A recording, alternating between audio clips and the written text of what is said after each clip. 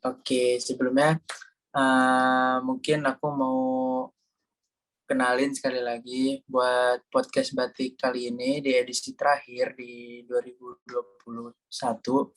Beda nih sama podcast batik yang sebelum-sebelumnya. Sebelum-sebelumnya kan yang seperti kalian tonton cuma ada di channel YouTube Himatika Unsud. Nah, untuk edisi kali ini spesialnya kita akan melaksanakannya secara live gitu, live talk show. Dan pembicaranya pun spesial bisa dikatakan karena langsung dari sahabat mahasiswa FMIPA Unsud, yaitu ada Kak Amru Abdurrahman dan Kak Safananda Puspita. Oke. Oke nih, halo saya aku udah kedengeran kan ya, Kak Amru dan Kak Safa? Oke nih, karena tadi kan dari Rehan juga udah kenalin nih ya pembicara kita, bicara maksudnya kayak sahabat mahasiswa nih dari Kak Amru sama Kak Safa. Nah, mungkin dari kita kenalan dulu kali ya Kak Rehan ya. Kita belum kenalan nih. Jadi sebelumnya teman-teman semua, perkenalkan nama aku Dina Rohi Widianingsih dari Matematika 2020 dan saya di sini bersama. Ya, perkenalkan saya Rehan Fadilah juga dari Matematika 2020. Selamat datang dan selamat pagi teman-teman semuanya. Oke, kami akan memperkenalkan topik yang akan kita diskusikan, yaitu secara umumnya. Mungkin yang pertama yang sering dialami oleh kebanyakan mahasiswa ya teman-teman, tentang akademik gitu loh. Karena sejatinya kita kan kuliah untuk menuntut akademik atau mencari akademik kita. Nah, dari Kak Amro sama Kak Safa sendiri, terkait akademiknya mungkin ada permasalahan atau lika-likunya, boleh diceritakan Kak Amro dan Kak Safa mungkin, yang menjadi yang tidak pernah terlupakan mungkin tentang akademik Kak Amro. Mungkin dari Kak Amro dulu, Kak Amro. Sebetulnya mau tanya nih, untuk akademik itu berarti yang hubungannya dengan matkul ya, bukan organisasi ya? Maaf, Kak Amro, suaranya terlalu kecil. Cek, udah kedengeran belum? Oke, boleh. Udah kedengeran. Oke, sebelumnya mau tanya nih, untuk akademik itu berarti seputar yang mata kuliah ya, bukan seputar organisasi. Aja. Oke, kalau aku sendiri sih sebenarnya ada ya satu momen yang tidak terlupakan ya. Jadi pernah tuh satu kali saya pertama kali masuk tuh ke Matematika Unsud ya, di hari pertama, di matkul yang pertama juga gitu kan, itu masih semangatnya gitu loh, pengen menuntut ilmu gitu kan, matematika itu apa sih gitu. Nah, ketika itu dosen mengajukan suatu soal gitu untuk dikerjakan di depan kelas gitu kan. Nah, ketika itu karena saya sangat semangat gitu kan, pengen belajar walaupun belum paham sebegitunya gitu kan, akhirnya saya memberanikan diri untuk maju gitu. Cuma karena memang ada sedikit kesalahan dari dosen, kayak mungkin pikirannya ini kan hanya matkul dasar gitu, kenapa bisa salah gitu. Nah, di situ dapat suatu kata-katanya nih dari dosennya gitu kan. Itu katanya, ini mohon maafnya ya, kata dosen tersebut saya masih ingat betul ya sampai sekarang, bahwa dosen tersebut bilang ke saya bahwa, Mas, kalau kayak gini saya malu punya mahasiswa kayak Anda gitu. Nah, dari awal masuk kuliah itu, setelah itu saya akhirnya sedikit atau mungkin banyak sekali kepesimisan saya gitu, mengikuti mata kuliah gitu, hingga akhirnya itu di semester 6 kalau tidak salah itu saya mengambil mata kuliah rancangan percobaan dan distribusi risiko. Dan kalau dosennya sendiri, kalau rancangan percobaan itu Pak Budi, dan yang satunya itu Pak Agung gitu. Nah, itu yang ngambil cuma saya saja gitu. Jadi benar-benar privat gitu, satu mahasiswa satu dosen gitu kan. Nah, di situ mulai itu kan dikasih motivasi bahwa Mas Amr itu sebenarnya bisa gitu kan. Nah di situ motivasi-motivasi yang diberikan ke Pak Agung gitu kan, dan Pak Budi, dan apa sih ya, bimbingannya itu sangat membekas bagi saya gitu. Akhirnya ternyata memang yang dikatakan Pak Agung sama Pak Budi itu benar gitu. Sebenarnya mungkin cara penyampaian dosennya saja gitu yang kurang baik gitu kan. Jangan terlalu dimasukkan hati gitu. Mungkin dari teman-teman ada yang mengalami hal yang sama atau bahkan lebih gitu kan.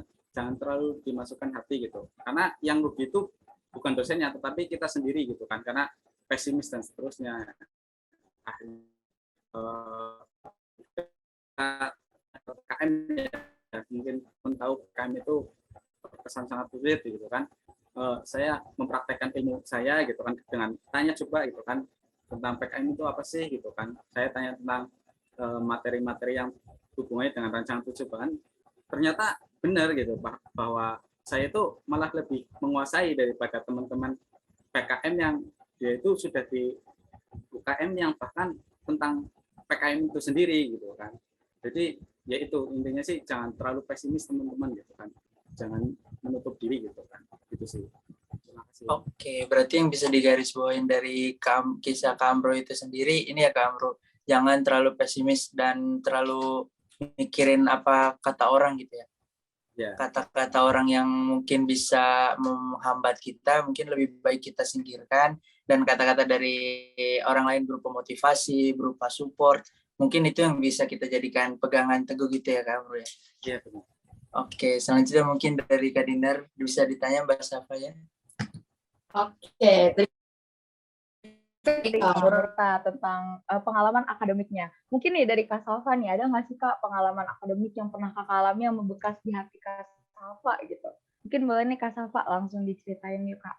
Oke, buat permasalahan akademik ya, jujur banyak banget sih permasalahan akademik yang aku alamin gitu. Terutama sama kayak aku waktu jadi mahasiswa baru ya, karena banyak banget perbedaan yang mungkin teman-teman juga rasain antara jadi siswa sama jadi mahasiswa itu emang beda banget gitu. Tapi emang buat permasalahan yang sering aku alami itu sampai sekarang itu ada ini ya, karena aku masih ngerasa kurang berhasil gitu dalam mencerna materi. Jadi misal gitu, kalau misalkan ditanya kok bisa sih kurang berhasil mencerna materi, emang dosennya ngajarinnya kurang atau gimana, atau emang dari aku yang kurang perhatian atau gimana. Tapi kalau misalkan ditanya begitu ya, kalau dosennya ngajarin kurang ya enggak juga. Mungkin karena kan mereka mengajarinya materinya ya itu gitu, yang harus mereka sampaikan juga itu. Mungkin dengan cara penyampaian mereka sampai gitu. Ditanya kurang perhatian ya nggak juga, aku tahu yang mereka ajarin, aku tahu kalau mereka kasih soal aku bisa kerjain, terus abis itu tinggal ikutin prosedur aja lah ya. Tapi pas ujian apa ya gitu, nggak kok bisa ada soal kayak gini, penyelesaiannya gimana gitu, nggak tahu juga gitu. Nah mungkin itu tuh karena aku tuh nggak mau tanya pas kuliah gitu ya. Jadi aku nggak menanyakan hal yang nggak diajarin sama mereka gitu. Nah, mungkin gara-gara itu sih. Terus buat ngatasinnya tuh aku kadang diskusi sama teman-teman aku sih, kayak tanya, kamu bisa nggak ngerjain yang ini tadi, gimana ya caranya gitu. Kalau nggak bisa ya kita sharing, atau enggak aku nonton YouTube gitu. Biasanya kan di YouTube ada gitu sih. Terus ada lagi sih satu permasalahan lagi, itu aku kurang ya aku anaknya deadlineer banget gitu. Karena menurut aku kalau deadlineer itu lebih seru aja gitu, kayak berasa otaknya itu lebih encer kalau mepet-mepet waktu. Atau mungkin karena mepet ngerjain itu karena nungguin jawaban juga sih, tapi buat nyocokin maksudnya, bukan nyontek ya. Gak tahu juga sih. Terus mungkin aku nyampe sekarang sih masih coba buat bagi waktu itu ya, buat waktu kuliah, buat waktu ngerjain tugas aku gimana gitu, coba aku kerjain siang hari malam. Setiap aku coba sih sampai sekarang aku bisa selesaiin sih masalah itu yang kurang ngatur belajar gitu. Udah sih gitu paling. Oke, masalah Kak Salva nih mirip-mirip nih sama masalahku ya, deadlineer juga lagi. mungkin yang tadi bisa disimpulin ya dari Kak Safa, itu belajar untuk waktu belajar gitu ya. Terus apalagi dalam mencerna materi juga dari aku pribadi pun susah gitu, apalagi online kayak gini ya Kak, kayak gitu. Mungkin langsung nih Kak Rehan, pertanyaan selanjutnya. Mungkin mau nanggepin dulu nih yang Kak Safa tadi, kan Kak Safa orangnya deadlineer. Kalau Kak Amru gimana Kak Amru? Kalau aku kedengeran ya, kalau aku Ya, sendiri kedengeran. sih kadang deadlineer gitu kan, tapi juga kadang rajin banget gitu, tergantung ininya sih apa kesibukan aku. Kalau misalnya lagi ke depannya biasanya aku kerjain di awal itu nyicil gitu. Tapi kalau misalnya agak terakhiran ya mungkin beberapa hari sebelum pengumpulan baru dikerjain. Yang agak deadline amat lah gitu. Oke. Selanjutnya mungkin ke ini Kak Amru sama Kak Safa, biasanya kalau di dunia perkuliahan itu yang sering di apa ya, di garis bawahin atau di terkait akademik sama organisasi gitu. Keseimbangannya bagaimana, cara kita ngejalanin kedua itu gimana. Mungkin dari pandangan Kak Safa dan Kak Amru nih sebagai khususnya sebagai sahabat mahasiswa gitu, menyoroti antara akademik dan organisasi itu bagaimana Kak? Mungkin dari Kak Amru nggak? Kak Amru lagi. Oke, pertama sih tadi ya kita harus paham dulu sih kebutuhan kita di akademik itu seperti apa gitu. Kita kan maksudnya mungkin punya batasan sendiri-sendiri ya kan. Buat teman-teman itu kan punya batasan sendiri gitu kan. Ada yang pinter banget itu, jadi dimasukin apa ya bahasan apa aja kulah gitu kan. Ke mata kuliah ini, mata kuliah itu gitu kan. Satu minggu dimasukin banyak pun masih masuk. Tapi ada yang aja loadingnya lama gitu. Nah, mungkin dari teman-teman itu harus memahami dulu diri kita itu mana yang sekiranya mata kuliah itu yang benar-benar harus kita kuasai gitu kan, dan bagaimana cara menguasainya. Mungkin kayak tadi Mas Safa gitu kan, mencocokkan jawaban dengan teman gitu kan, kerja kelompok gitu kan. Saya juga sering lihat teman-teman angkatan saya yang khususnya itu menonjol di dunia akademik itu intinya satu gitu, memperbanyak relasi gitu kan, baik dengan cutting, dengan angkatan dan seterusnya, itu untuk apa ya, berbicara lebih lanjut tentang tugas-tugas yang diberikan sama dosen gitu, sehingga hasilnya itu memuaskan gitu. Nah, kalau misalnya organisasi sendiri juga penting itu, jangan sampai teman-teman itu non-on kan. Ya kembali lagi juga salah satu untuk mendapatkan relasi ya kan, di luar akademik ataupun di dalam akademik ya kan. Dan itu dua-duanya penting itu. Ketika misalnya teman-teman mau beranjak ya kan di luar zona nyaman teman-teman ya, bukan matematika, misalnya pengen buat PKM nih, pengen buat kewirausahaan nih gitu kan, itu butuh relasi gitu kan. Masa matematika lagi gitu kan biasanya ada batasan-batasan tertentu yang memang matematika itu belum bisa berdiri sendiri di situ gitu kan, makanya butuh relasi, makanya butuh organisasi gitu kan. Dan organisasinya itu jangan ya mungkin hanya sekedar satu aja gitu kan, mungkin cuma di HIMA aja gitu kan.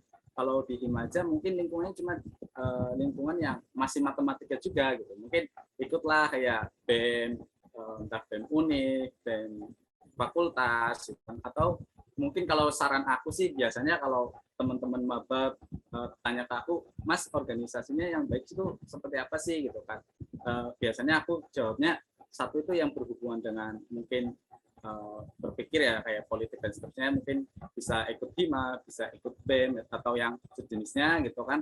Satu lagi bisa mungkin ikut organisasi yang fokusnya dalam prestasi gitu kan, misalnya ikut organisasi catur kah, atau misalnya olahraga, atau misalnya kepenulisan gitu, biar bisa merasakan gitu kan bahwa di organisasi bentuknya pergerakan gitu kan, atau politik itu seperti ini gitu kan. Sedangkan kalau organisasi-organisasi yang fokus dalam prestasi itu seperti itu gitu.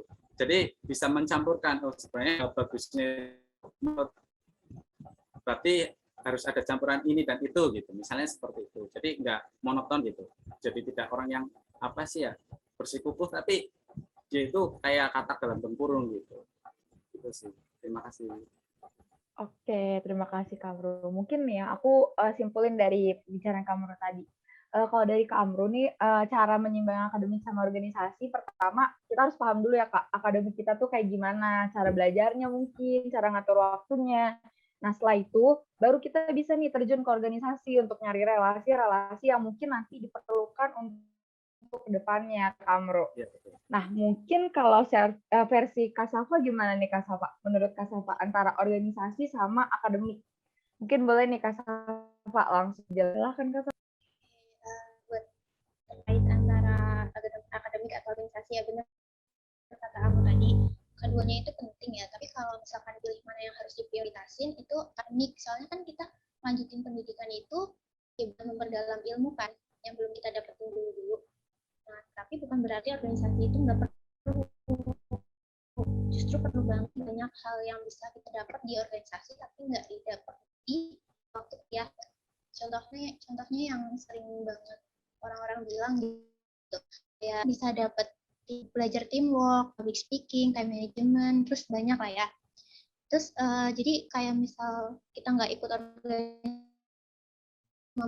kurang aja sih kalau misalnya bagus, tapi buat teamwork kita nggak betah, maunya kerja sendiri, terus nanti malah beraktivitas. Tapi tetap aja kuliah harus diprioritasin dan organisasi yang menyesuaikan.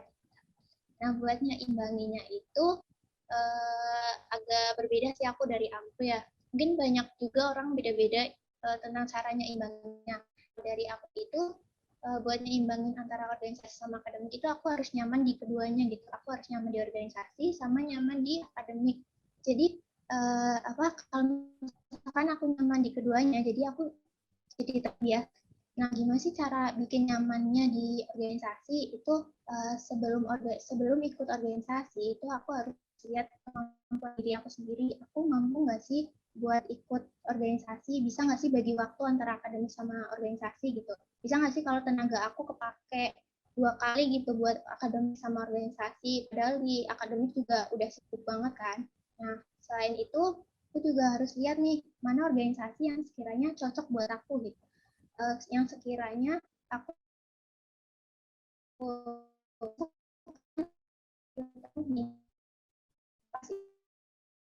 misalnya yang bakal bawa yang menjalin organisasi karena udah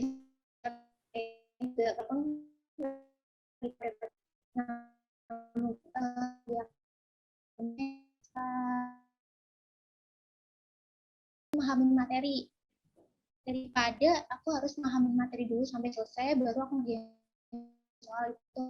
Menurutku itu lebih efisien ngerjain soal sama memahami materi gitu.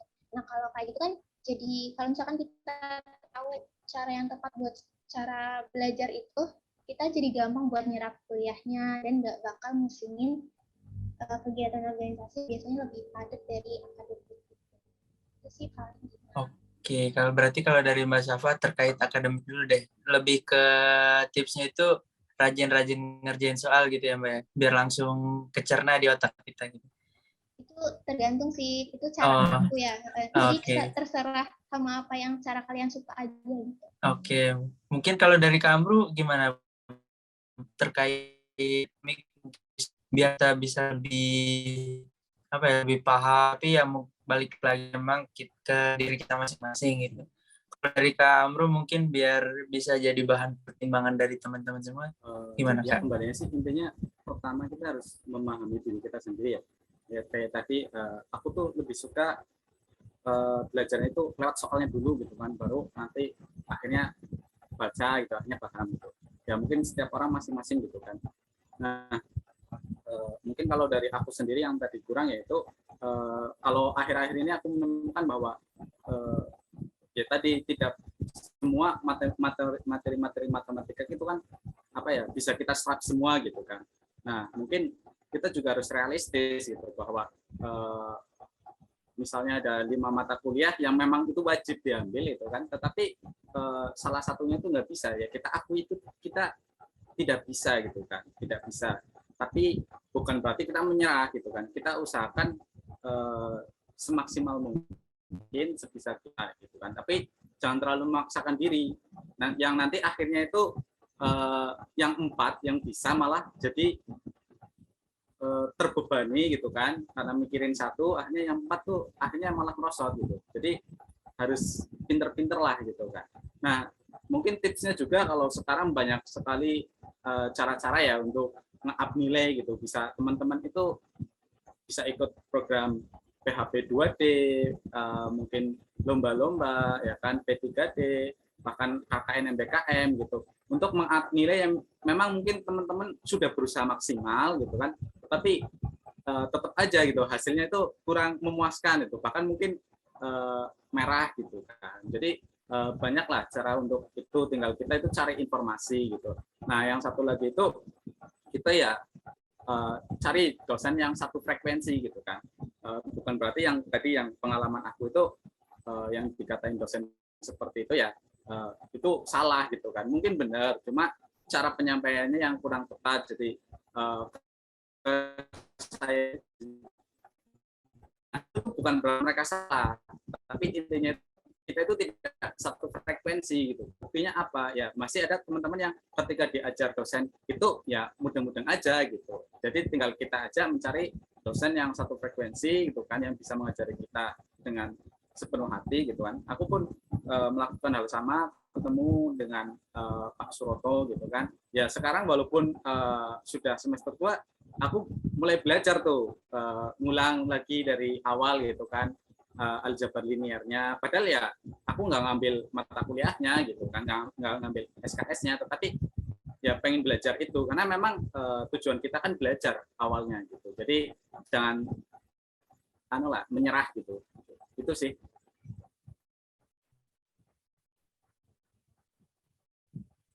Oke, berarti kalau dari Kamru terkait akademik lebih sama kurang lebih kalau dari awal tuh ke soal-soal lagi ya. Tapi buat teman-teman ya cari cara masing-masing gitu. Gimana kita enjoy-nya, misalnya kita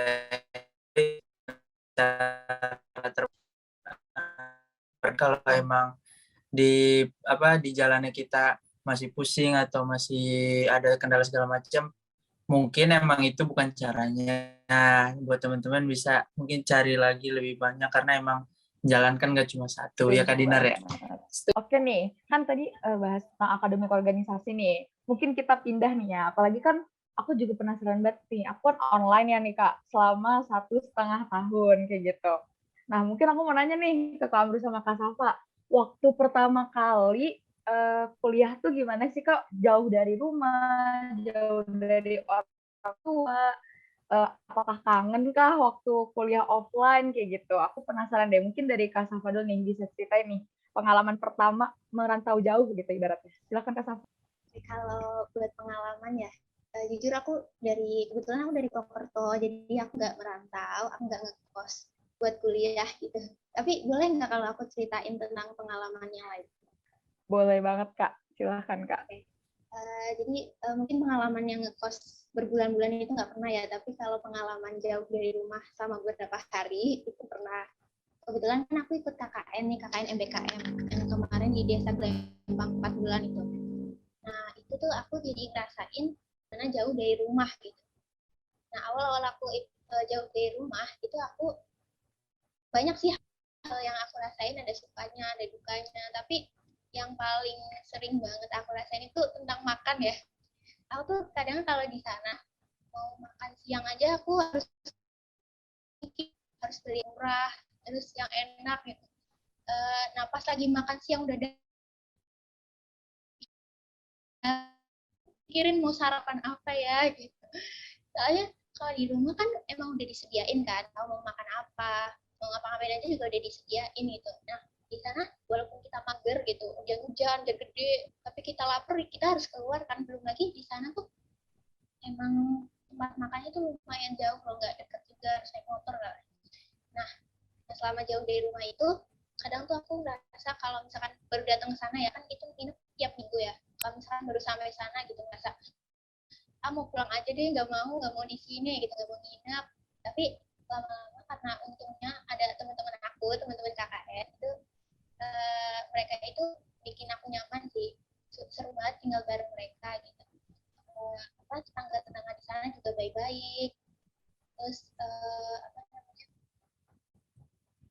pokoknya aku jadi betah itu karena aku nyaman di sana gitu. Ada kenyamanan tersendiri yang aku dapat gitu dari mereka. Itu sih. Oke, sebelumnya mohon maaf nih Kak Safa, aku lupa kalau kakak nggak ngerantau. Oke, mungkin tadi kalau ketarik kesimpulan itu benar sih kayaknya problematika mahasiswa kalau ngerantau tuh makan ya, masalah makan kayak gitu. Apalagi kan uangnya juga harus dipirit-pirit gitu. Iya benar, harus dicukup-cukupin. Nah, betul.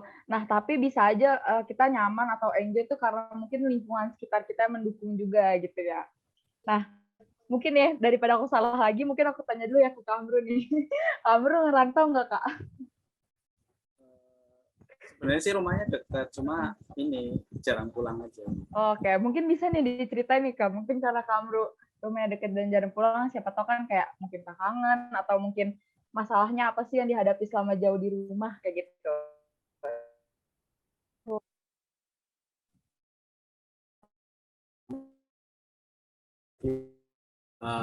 Aku sendiri sebenarnya tahu itu bukan apa ya, hal yang baru gitu kan. Aku tuh dari SMA ya walaupun dekat tapi memang mondok gitu kan, jadi nggak boleh pulang gitu kan. Pulang mungkin cuma 1 bulan sekali minimal gitu kan, maksimal 1 bulan sekali gitu kan.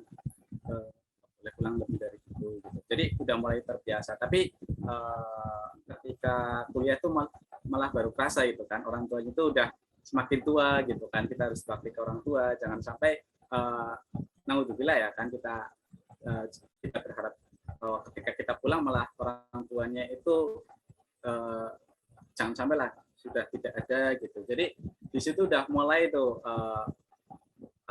kangen tuh ke rumah, padahal yang dulunya itu jarang sekali di rumah gitu kan. Tapi kalau intinya sih kangen rumah itu perlu gitu kan, jangan sampai nanti terlalu asik di Purwokerto gitu kan, malah nggak pernah ngabarin gitu. Jadi ya perlu juga, tapi jangan kebablasan gitu. Ya benar sih dari Mbak Safa gitu kan, kita harus cari lingkungan yang enjoy gitu. Kalau mungkin kos kan masih bisa milih gitu kan ya, cari tempat yang enjoy, yang selain enjoy juga membuat kita itu lebih produktif gitu. Jadi akhirnya kita bisa nyaman gitu kan. Kalau aku sendiri karena memang punya tujuan, aku tuh pulang harus sukses gitu kan. Akhirnya ketika pulang itu cuma apa sih ya, karena kangen, itu kayaknya hal yang kurang sih gitu kan. Tapi memang harus ada sesuatu yang misalnya kayak berbakti gitu kan, atau hal yang lain lah gitu. Malah kadang-kadang itu yang kangen itu orang tuanya bukan akunya gitu kan. Jadi ya gitu, harus inilah cari teman gitu kan, dia bisa apa sih ya, menyeimbangkan gitu kangennya dengan kepentingan teman-teman di kuliah gitu sih.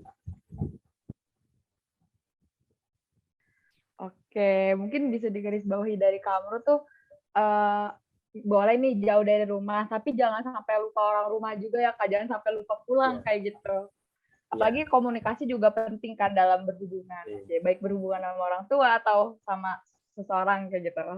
Nah mungkin boleh nih, kan tadi bahas tentang rantau ya Kak, pasti kan kita kayak sendirian atau mungkin apalagi kalau misalnya maba baru, mahasiswa baru gitu, kayak kita belum kenal siapa-siapa, terus ngerantau jauh dari orang tua, dari manapun nggak kenal siapa-siapa kayak gitu. Apalagi ada masalah-masalah perkuliahan tuh yang banyak banget tuh, banyak banget yang dihadapi ketika sendirian kayak gitu. Nah, kan bisa aja tuh kita burn out tuh Kak, burn out kayak stres atau mungkin saking banyaknya tugas bisa gitu deh, pusing kayak gitu. Nah, gimana sih cara Kak Safa dan Kak Amru mengatasi burnout pada saat perkuliahan kayak gitu? Apalagi ini online nih Kak. Nah, gimana sih Kak? Mungkin dari Kak Amru dulu boleh nih Kak. Silakan Kak.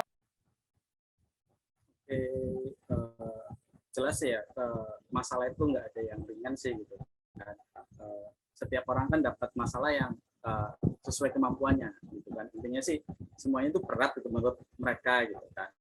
Makanya kalau aku sendiri sih ya kita harus sharing-sharing lah gitu kan ke teman-teman yang mungkin masalahnya itu lebih besar, jadi lebih biasa gitu dengan masalah kita yang relatif ya itu mah kecil gitu kan.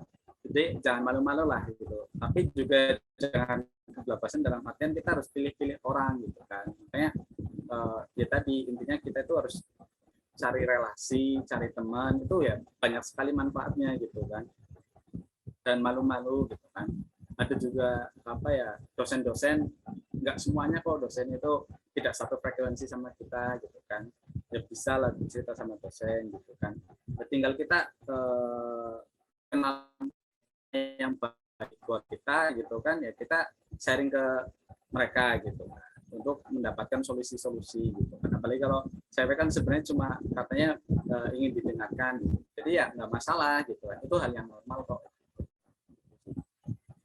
Jadi ya lebih banyak ke sharing-sharing, ntar juga insya Allah ada inilah solusi gitu. Oke, mungkin kalau dari Kak Amru tuh cara mengatasi burnout-nya dengan cara curcol kali ya Kak sama teman-teman deket kayak gitu. Tapi temen itu juga yang harus bisa dipercaya gitu ya Kak. Nah mungkin nih dari Kak Rehan nih bisa nih langsung tanya ke Mbak Safa nih. Silakan Rehan. Oke, mungkin kalau dari Kamru seperti itu, kita harus benar-benar punya teman gitu yang bisa kita ajak diskusi, ajak bisa cari solusinya, biar kita bisa bantu mereka, mereka bisa bantu kita. Mungkin kalau dari Mbak Safa terkait burnout gitu, misalkan kita lagi ada di titik stres, kita lagi ada di titik capek, entah itu lagi kuliah ataupun organisasi, dari Mbak Safa gimana Mbak? Oke, kalau ini aku setuju juga sama Amru. Coba buat cerita gitu ya. Coba kalau misalkan kalian lagi stres banget, nggak tahu penyelesaiannya, coba kalian coba sama orang lain, mungkin teman dekat atau keluarga mungkin bisa. Nah itu dengan ceritanya itu kayak kalau temen itu bisa juga kayak dapat orang yang senang sama lo. Jadi kalian tahu loh, nggak cuma kalian yang berjuang di kuliah ini, banyak orang juga yang berjuang kayak kalian gitu. Nah mungkin itu juga bisa jadiin penyemangat gitu. Nah kalau misalkan burnout ini kan terjadi karena kita terlalu keras sama diri kita sendiri. Kita terlalu memaksakan kita buat tugas-tugas terus, apalagi tugas itu datang bertubi-tubi gitu, nggak selesai-selesai. Harus kerjain nih tugas kelar. Nah lamanya jadi khawatir, gelisah gitu. Nanti malah jadinya hasilnya nggak memuaskan gitu. Nah kalau dari cara aku benar tadi kayak Amru dengan cerita gitu, atau bisa juga kalian jangan terlalu kayak kalian tuh harus fokus sama apa yang kalian lakuin dulu loh. Nah, kalian lakuin apa yang sesuai kemampuan kalian. Nah, kalian harus fokus sama yang kalian lakuin gitu. Jangan misalkan kita lagi ngerjain, misalkan kita ada 5 tugas gitu. Nah, nanti dua kelar nggak ya, apa gimana ya itu. Nah, nanti kalau jadi hasilnya jelek gitu. Tapi jangan khawatirin hasil ya, karena lebih baik kalian fokus kerjain, terus kalian kasih yang terbaik. Nanti masalah hasil itu akhiran aja gitu. Terus coba jangan terlalu keras lah sama diri sendiri gitu. Lakuin aja sebisa kamu gitu. Gitu sih. Oke, mungkin dari Kak Safa itu balik lagi ke poin utamanya adalah kita sadar diri dulu sama kapasitas diri kita gitu ya. Kita harus coba lunak sama diri kita, sebenarnya kita mampu sampai di titik apa. Misalkan kita emang udah di titik burnout dan kita nggak tahu lagi gitu mau ngapain, mau lakuin apa, kita harus mau kemana. Mungkin emang batasan kita udah sampai situ aja. Mungkin kita harus mungkin atau ubah jalannya atau ubah targetnya, kan itu bisa dipikirkan lagi. Kembali lagi ke teman, kita cerita ke teman, ini harusnya aku gimana kalau udah di titik ini, aku ubah target kah atau aku ubah jalannya kah. Mungkin buat teman-teman bisa digarisbawain, cerita itu menguntungkan kita lah. Kita bisa dapat solusi dari teman, masukan dari teman yang mungkin mereka juga udah pernah ngejalanin hal yang sama, ngerasain hal yang sama, jadi kita bisa belajar dari apa yang udah mereka rasain atau mereka jalanin gitu ya.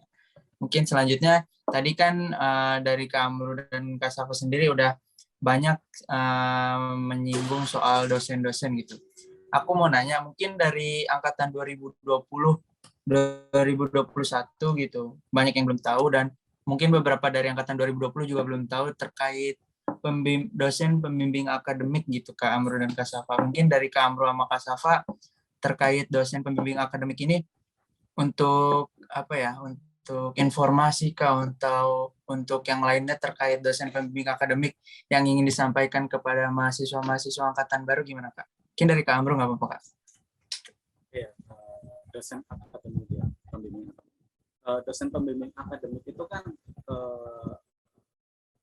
dosen yang termasuk paling penting gitu dalam hidup kita di perkuliahan gitu. Jadi setidak frekuensi apapun itu kan, setidak cocok apapun kita dosen pembimbing itu, ya kita usahakan yang terbaik untuk masalah komunikasi gitu. Jangan sampai teman-teman itu aku nggak cocok gitu kan. Ya, tetapi kita harus tetap berusaha untuk apa ya, mendengar nasihat-nasihat beliau gitu, karena memang secara tidak langsung itu dosen pembimbing akademik itu yang paling tahu tentang akademik kita gitu. Jadi ya kita harus baik bukan dalam artian untuk mencari muka gitu kan, tapi dalam artian kita supaya lebih baik lagi ke depannya gitu, kita bisa lebih berkembang lagi karena mereka yang lebih paham tentang akademik teman-teman gitu. Nggak salah juga kalau misalnya teman-teman ada masalah gitu kan, ketika teman-teman itu cocok dengan dosen pembimbing akademik teman-teman gitu, teman-teman curhat nggak masalah, itu karena memang salah satu tugas dari pembimbing akademik seperti itu gitu. Pokoknya hal-hal yang berkaitan secara langsung atau tidak langsung gitu ke naik turunnya akademik gitu kan, kayak perasaan teman kan berpengaruh tapi secara tidak langsung gitu kan. Akademik itu juga sebenarnya secara tidak langsung tugas mereka gitu. Cuma ya memang tidak 100% gitu. Yang lebih bertanggung jawab atas itu nanti kalau misalnya dosen pembimbing akademiknya tidak mampu gitu, mungkin ada teman-teman sahabat mahasiswa atau tim BK gitu yang bisa menanggulangi itu atau menyelesaikan masalah teman-teman gitu. Jadi ya itu dosen akademik penting lah gitu. Oke, kalau dari Mbak Safa gimana Mbak terkait dosen pembimbing akademik? Sebelumnya yang teman-teman tahu juga ya, dosen pembimbing akademik itu sering ngasih pengarahan akademik gitu ke kita. Mereka bantu kita bikin rencana studi dari awal kita masuk kuliah sampai kita lulus gitu. Nah, terus mereka juga ngasih pertimbangan-pertimbangan terkait matkul-matkul yang kalian pilih gitu kan. Mungkin juga sering kalian minta ACC KRS itu sama pembimbing akademik ya. Nah, tapi selain dosen cuma ACC KRS itu ada tugas lain gitu, benar kata Amru tadi. Mereka itu bertugas buat menampung masalah akademik mahasiswa yang dibimbing mereka gitu. Mereka juga bisa kasih solusi buat masalah tersebut. Nah, tapi akhir-akhir ini, apalagi online ya, itu dari pembimbing akademik itu udah merasa kayak tugas menampung masalah akademik itu nggak berjalan lagi gitu. Karena emang dari mahasiswa bimbingannya itu mungkin kurang cerita atau gimana ya, mungkin karena kita online, jadi dari mahasiswa itu bingung gitu mau cerita gimana. Soalnya kan kalau misalkan secara online sama secara langsung itu kan biasanya penyampaiannya berbeda ya, takut salah nangkep merekanya gitu. Mungkin dari situ mahasiswanya jadi takut gitu. Tapi sebenarnya nggak apa-apa teman-teman kalau misalkan mau cerita ke pembimbing akademik, mereka juga pasti bakal nerima cerita kalian. Itu bener yang tadi Amru bilang, emang itu tugas mereka. Jadi nggak apa-apa, coba hubungin pembimbing akademik kalian aja kalau misalkan kalian ada masalah gitu. Itu final. Oke, gimana kamu? Mungkin karena tadi ya komunikasi gitu kan ya, lewat chat dengan lewat telepon itu berbeda, mungkin teman-teman juga bisa langsung gitu kan ngomong, permisi Bu atau permisi Pak, saya siapa gitu kan, jelaskan angkatannya gitu kan, itu minta waktunya untuk berbicara via telepon atau mungkin via Google Meet biar kelihatan lebih jelas lagi, nggak masalah kok teman-teman itu, biar komunikasi teman-teman itu lebih lancar gitu. Jadi jangan terlalu overprotective terhadap dosen gitu. Oke, aku mau nanya deh Kak, terkait dosen pembimbing akademik ini. Misalkan kalau nanti ada ketidaksejalanan gitu antara kita dengan dosen pembimbing akademik kita, kita sebaiknya harus gimana gitu Kak? Misalkan kita punya target atau punya satu poin tertentu gitu, tapi dari dosen pembimbing akademik itu tidak menyarankan atau tidak sejalan dengan kita gitu Kak. Mungkin dari pandangan Mbak Saba dulu deh. Kalau dari pandangan Mbak Saba gimana Mbak? Kalau misalkan kita nggak sejalan ya, misal aja kita mau ikut program magang gitu, tapi dosen nggak setuju, ya kita tanya dulu kenapa nggak setujunya gitu. Nah kalau misalkan mereka kasih tahu alasan yang emang itu terbaik buat kita, ya udah kita ikutin aja gitu. Tapi kalau misalkan masih kurang serap gitu sama kita, nah kita masih pengen mau nih, kita jelasin aja maunya kita tuh kayak gini Pak Bu gitu. Gimana kalau misalkan aku ikut magang aja gitu, itu sih paling lebih dijelasin aja sih, lebih dikasih tahu kalian maunya apa gitu. Oke, berarti intinya saling terbuka gitu ya, biar dosen pembimbing kita tahu kita tuh maunya apa, biar dosen pembimbingnya juga ngerti kita sebenarnya tuh harusnya gimana-gimana. Kalau dari Kak Amru gimana Kak? Kalau dari aku sih kurang lebih sama gitu kan, cuma mungkin ada tambahan sedikit itu. Jadi ya kembali lagi ketika kita punya teman yang banyak, sharing-sharing gitu kan, kadang-kadang muncul nih permasalahan hal yang mungkin serupa gitu dengan teman kita sharing, dan nanti ada solusi tuh yang lebih bagus lagi gitu. Kemarin ini mungkin tidak dosen akademik gitu kan, cuma di mata kuliah gitu. Kemarin saya UAS itu kan, habis itu telat ngirim karena memang sinyalnya itu sangat sulit gitu, mati lampu gitu kan, sinyalnya sulit gitu. Akhirnya saya ngechat dosennya gitu kan. Nah itu kan faktor yang di luar kita gitu kan. Nah habis itu beberapa hari itu karena memang kurang kenal sama dosennya gitu, kira sudah dikirim, cuma si dosennya itu belum, kita bingung tuh sama dosennya, apa dia itu marah ngirim lewat Eldiru gitu kan, tapi itu kan bukan kesalahan kita gitu kan. Maka aku tuh tanya ke teman gitu, kebenaran tuh temennya itu beda fakultas gitu. Katanya tuh coba kamu tanya ke ketua jurusan itu kan, kajurnya gitu kan, atau kaprodinya gitu kan, kira-kira itu gimana gitu kan, karena memang terkadang harus ada orang ketiga gitu kan, bukan untuk mengadu gitu kan, dalam artian supaya bertengkar antar dosen bukan, tetapi dalam artian biar lebih jelas gitu, tidak ada kesalahpahaman gitu. Karena kalau menurut aku saya satu lagi takutnya jadi masalah gitu kan ya, akhirnya saya butuh orang ketiga, saya jelaskan secara ya intinya jujur gitu kan, saya itu punya masalah seperti ini gitu kan, gimana Bu gitu kan. Akhirnya si kajunnya itu bilang gitu ke dosen pengampunya gitu kan. Akhirnya ya ternyata itu katanya mungkin lupa gitu kan, katanya gitu kan. Akhirnya saya chat lagi, ternyata iya gitu kan, katanya lupa ya, saya udah buka cuma saya lupa untuk ini itu kan. Alhamdulillah sekarang sudah diterima gitu. Jadi ya itulah, butuh sharing-sharing gitu, karena memang banyak keterbatasan dari kita gitu kan. Gitu. Mungkin teman-teman bisa apa sih ya, menemui hal yang serupa gitu kan, walaupun dengan dosen akademik. Jadi ya itu ada juga fungsi kajur gitu kan, untuk meluruskan gitu kan. Tapi kalau misalnya hal-hal yang masih bisa didiskusikan gitu kan, tidak berseberangan sekali, ya cobalah diselesaikan secara apa ya, personal gitu sih.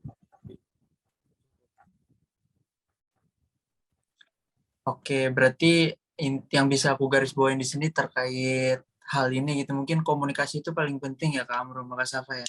Komunikasi itu paling penting, entah itu sama dosen pembimbing akademik atau dosen pengampu dari mata kuliah yang kita jalani gitu.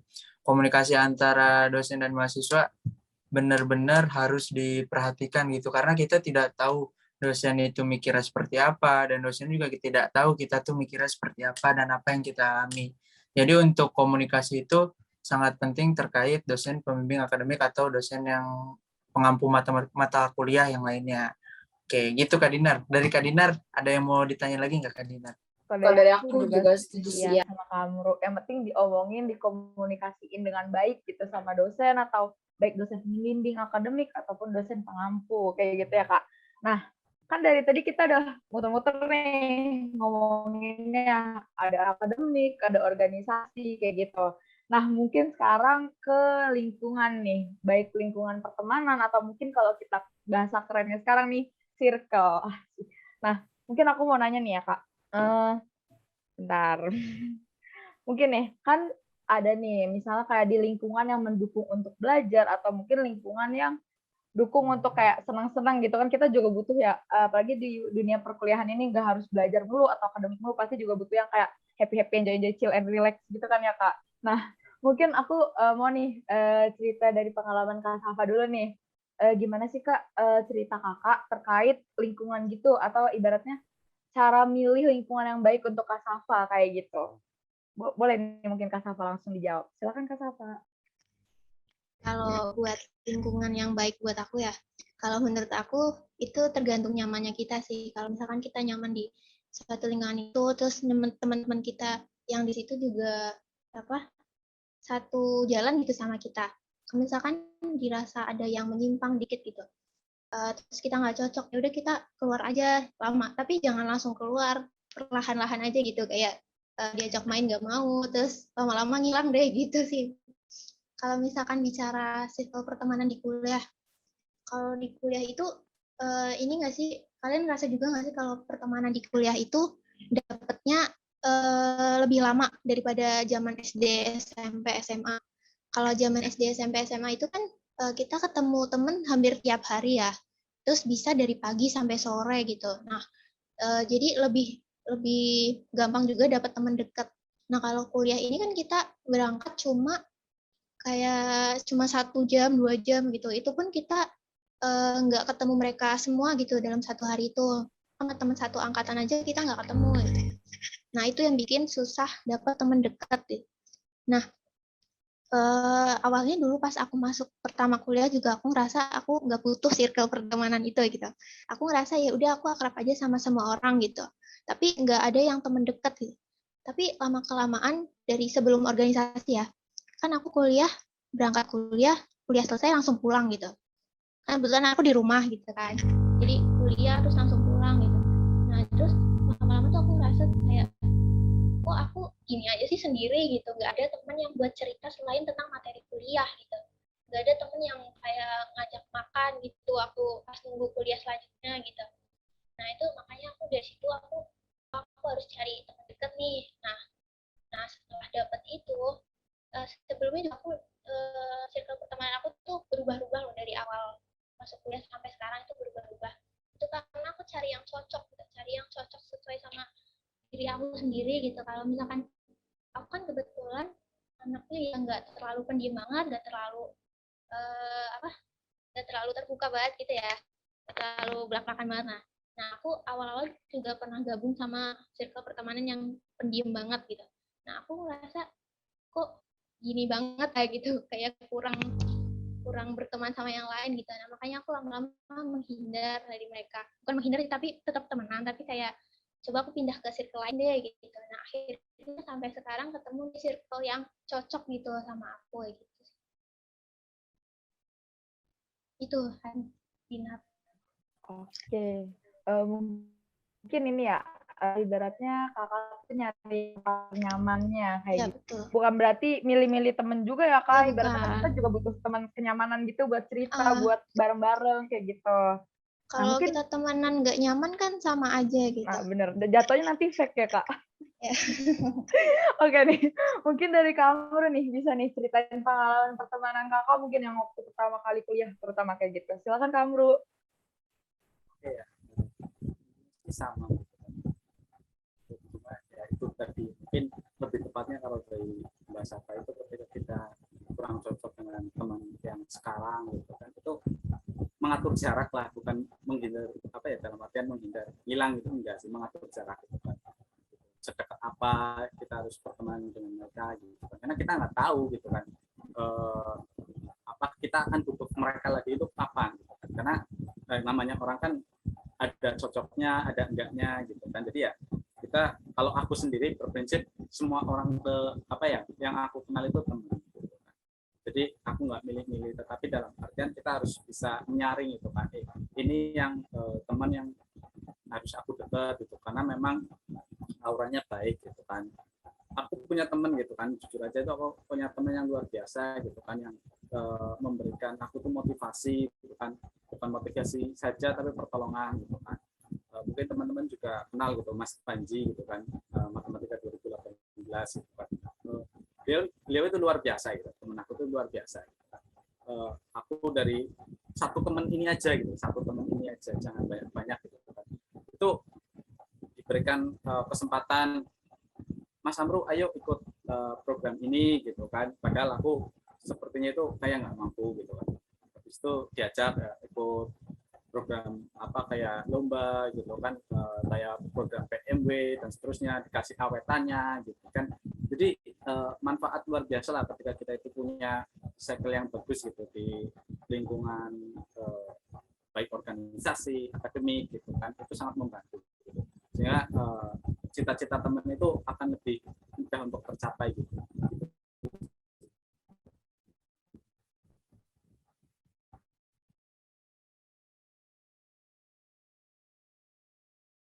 Oke, berarti balik lagi aku punya prinsip yang sama deh sama Kak Amru ini sebenarnya. Kalau berteman itu sebenarnya sama siapa aja, kita berbuat baik juga sama siapa aja, tapi emang kita harus cari yang benar-benar cocok sama diri kita gitu. Kita butuh mereka seperti gini-gini, seperti apa, dan mereka juga misalkan butuh kita, berarti itu emang namanya cocok. Nah, aku mau nanya deh sama Kak Amru sama Mbak Safa, kalau misalkan posisinya dibalik gitu, ternyata emang ada teman kita yang akhirnya mengatur jarak sama kita gitu, mungkin emang kita nggak cocok sama teman kita, dan dia ini atau mereka yang akhirnya malah mengatur jaraknya dengan kita. Mungkin dari Kak Amru menyikapinya atau menyikapi hal itu seperti gimana Kak? Kalau akhirnya malah posisinya dibalik, kita yang diatur jaraknya gitu. Jelas ya sebenarnya itu apa hukum alam gitu kan, kita melihat mereka tidak sesuai dengan kita, berarti ya mereka melihat kita juga tidak sesuai dengan mereka gitu kan. Ya kalau misalnya mereka mengatur jarak dengan kita, yang pertama aku lakukan itu menghargai gitu kan, karena bagaimanapun mereka itu kan punya prinsip. Tapi kalau misalnya teman-teman aku tuh mohon maafnya itu ya, mungkin teman-teman aku ngerokok gitu kan, aku nggak ngerokok gitu kan, mereka ngatur jarak, ya aku hargai itu gitu kan. Kalau ada kesempatan gitu kan, ya aku ya biasa aja gitu, tapi tetap menghargai, tapi biasa aja gitu kan. Kalau punya kesempatan untuk bertanya gitu kan, ya bertanya gitu, karena memang tidak bisa kita serta-merta langsung to the point gitu, kenapa kamu ngatur jarak sama aku gitu kan, nggak bisa gitu. Tapi ya butuh pendekatan dan pendewasaan. Kita sudah terbiasa untuk nanti tahu tuh kan kita itu seperti apa ya kan, bahkan di mana gitu kan, bukan cuma teman atau bukan, tapi seberapa temennya sih gitu, seberapa pendewasaan gitu kan. Jadi ya kita harus pelan-pelan lah gitu kan, karena belum tentu ketika kita diberi jarak oleh mereka itu sebenarnya kita yang jelek gitu, belum tentu. Tapi juga belum tentu ketika mereka menjauhi kita itu kita karena mereka jelek kita baik, enggak gitu kan. Jadi ya kita harus menganggap kita harus menghargai pendapat mereka gitu. Tapi kita harus menemukan titik terang gitu kan, jangan sampai malah membesar, tambah jauh, bahkan ketika belum lulus kuliah, mungkin udah semester 7 kan semakin jarang ambil mata kuliah itu kan, udah nggak kontekan itu kan. Bahkan teman-teman aku pun yang S3 ya, mungkin jarang sekali teman-teman mendapatkan teman sama gitu kan. S3 itu masih kontekan sampai sekarang gitu, dan itu luar biasa gitu, buat aku itu luar biasa, karena melihat teman-teman aku tuh kayak yang teman SD itu udah nggak tahu kemana gitu. Itu kan hal yang jelek lah, karena kalau menurut aku tuh bagaimanapun ketika aku udah kenal pasti aku meninggalkan sesuatu yang tidak baik untuk mereka itu, dan aku harus memperbaiki gitu kan gitu.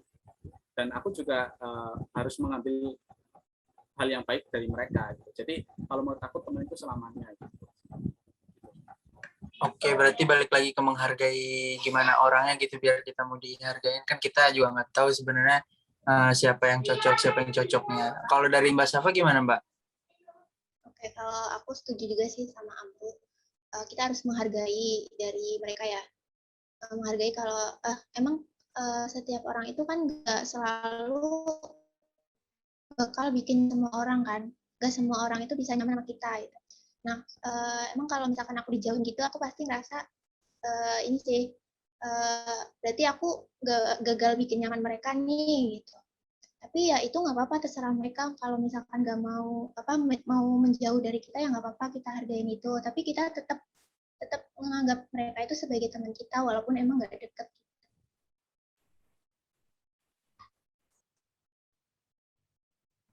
Oke, mungkin aku sama kayak Mbak Safa ya, kayak ya udah kalau emang mereka menjauh mungkin emang ada sesuatu yang gak cocok dari kita gitu sama mereka kan. Cuman mungkin dari kita juga harus introspeksi juga ya, dijauhi kenapa kayak gitu ya Kak Safa. Nah, mungkin aku mau nanya nih, last question ya dari aku kayak gitu. Kan di dunia perkuliahan atau pertemanan itu pasti banyak banget ya karakter-karakter orang. Mungkin dari yang pertama tuh kayak yang pelit bagi-bagi ilmu, atau mungkin yang kayak dia egois banget gitu, apalagi di akademi. Amru sama Kak Safa menghadapi orang-orang yang seperti itu kayak gitu. Mungkin dari Kak Safa. Kayak kembali lagi gitu. Kalau misalkan emang mereka nggak mau berbagi ya gitu gitu. Ya emang ngeselin sih. Kalian juga pasti ngerasa gitu kan, ngeselin gitu. Tapi kita harus ngargain dia. Emang di akademik ini kan kita berkompetisi juga ya. Mungkin karena itu mereka itu nggak mau berbagi, soalnya kan ini kompetisi. Masa kita harus bagi-bagi sih? Mungkin mereka beranggapannya kayak gitu. Atau mungkin memang mereka berpikir kalian bisa sendiri loh, bisa cari tahu sendiri. Jadi kalian bisa tahu kemampuan kalian tuh sampai mana gitu, nggak usah minta yang lain gitu. Mungkin mereka berpikiran kayak gitu. Tapi kalau buat ngadepin merekanya itu, kalau dari aku ya udah gitu. Ya udah kalau misalnya nggak mau bagi ya udah gitu. Kalau misalkan kita ngechat, minta materi ini dong gitu, nggak dibales, ya udah gitu. Atau aku juga punya teman yang lain gitu. Punya teman yang lain yang bisa diajak diskusi walaupun emang kadang solusinya gitu, tapi ya nggak apa-apa, seenggaknya kita udah usaha diskusi. Yang penting itu sih hargai aja merekanya. Kita tetap temenan, tapi ya kalau misalkan kayak gitu ya udah gitu, kita hargain. Oke, mungkin kalau dari Kak Safa kayak cukup tahu aja ya Kak orangnya kayak gitu ya Kak. Nah mungkin silakan Kak Mru. Oke. Kalau menurut aku sendiri ya, mungkin aku ingatkan teman-teman gitu kan, yang khususnya yang di sini gitu kan, janganlah pelit-pelit ilmu gitu kan, kecuali kalau di ujian mah beda lagi gitu kan, itu memang keharusan. Ya kalau misalnya ada teman-teman yang seperti itu gitu kan, kalau kita mampu mengingatkan gitu kan, bahwa kalau prinsip aku tuh ketika kita kuat gitu kan sendiri, apalagi kalau sendiri saja kuat gitu kan, apalagi kalau misalnya kita itu bareng-bareng gitu kan, karena ya namanya ilmu itu pasti ya, ada yang harus apa sih ya, ada yang harus diterapkan gitu kan, dan penerapan itu nggak mungkin gitu kan, matematika berjalan setiap saat sendiri itu nggak bisa gitu, pasti butuh ilmu lain gitu kan. Makanya ya jangan seperti itulah gitu kan, kita harus berlapang dada. Tapi kalau misalnya ada ya kita harus berlapang dada, dan tapi apa ya gitu, jangan gitu kan. Dan,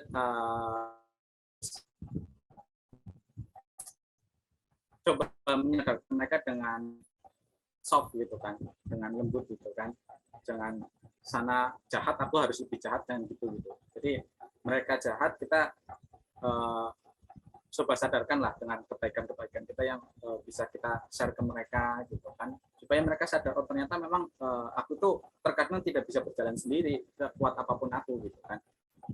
Ya itu butuh proses teman-teman gitu kan, nggak serta merta mereka tiba-tiba sadar gitu. Tapi setidaknya kita sudah ya benar kayak kita pasti temen kayak kok gitu. Oke, mungkin kalau dari Kamru, kalau aku simpulin, kalau emang mereka berbuat kayak gitu, ya kita jangan bales dengan cara pelit lagi, kayak gitu ya Kak. Harusnya kita balas dengan kebaikan-kebaikan, biar mereka tuh juga sadar gitu, kalau kita tuh saling, apa ya namanya, membutuhkan atau saling take and give lah ibaratnya kayak gitu. Apalagi manusia kan, sosialisasi kayak gitu. Nah, mungkin nih, dari Karehan, gimana nih Karehan?